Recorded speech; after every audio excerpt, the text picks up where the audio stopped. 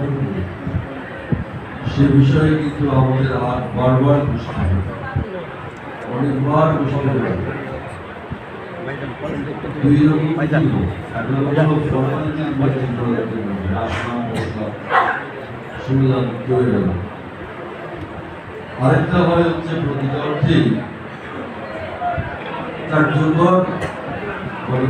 কাজকে কার্যকরভাবে করার জন্য। সেটা করার জন্য আমাদের বসতে আমাদের এই একটা চার এইগুলো একটা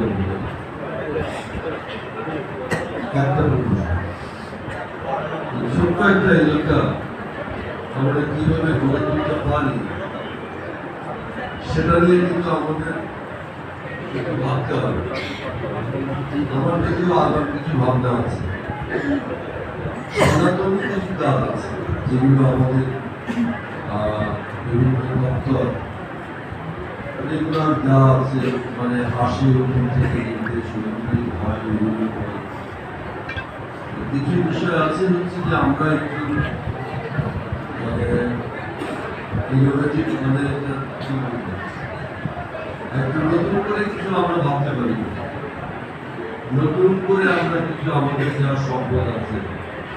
এই সম্পদকে আমরা নতুন করে কাজে লাগানো করে আমরা কিছু ভাবতে পারি। আমি আজকে যারা কর্মকর্তাবৃন্দ আছেন বিভিন্ন দপ্তরে আমি তাদের কাছে আমার একটা অনুরোধ, সেই অনুরোধ হচ্ছে যে আমি আপনাদের গতকালকে রাজবাড়িতে গোষ্ঠী পরশুদিন গোষ্ঠী বা গোষ্ঠী তাহলে আপনারা অত্যন্ত অভিজ্ঞ মানুষ,